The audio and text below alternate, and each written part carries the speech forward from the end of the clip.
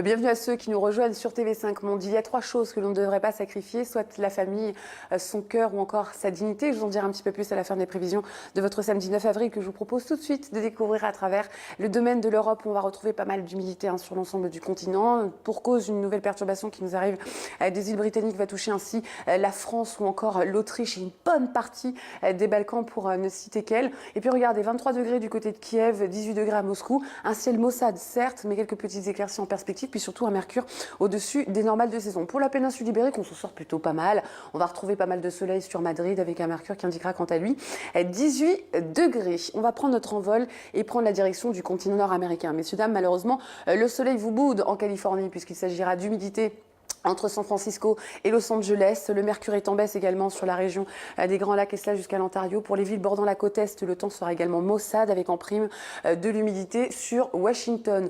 Du soleil, on va en retrouver bien évidemment sur Fort-de-France, en Martinique, ce qui ne sera pas le cas sur Pointe-à-Pitre, puisque là, la journée, le ciel sera partagé entre nuages, pluie et quelques petites éclaircies. Pour l'Amérique latine, on parlera de la zone de convergence intertropicale. Attention, de forts cumuls de pluie sont attendus du côté d'Asunción, mais le mercure indiquera tout de même pas moins de 33 degrés. On va prendre la direction du berceau de l'humanité. De l'humidité également, il en sera question sur une bonne partie des Mascareignes. En revanche, beaucoup de soleil au Cap ou encore à Windhoek.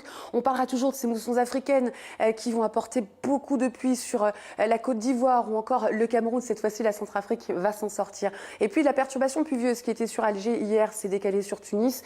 Et puis, forcément, on va engendrer une chute des températures, sauf sur le Proche-Orient. 41 degrés à la Mecque ou encore du côté de Luxor. On est très au-dessus des normales de saison. Le temps sera sec et bien ensoleillé globalement sur l'Inde, excepté encore à Chennai où on parlera d'averses sporadiques. Puis toujours sur la péninsule indo-chinoise, cette activité pluvio-orageuse intense.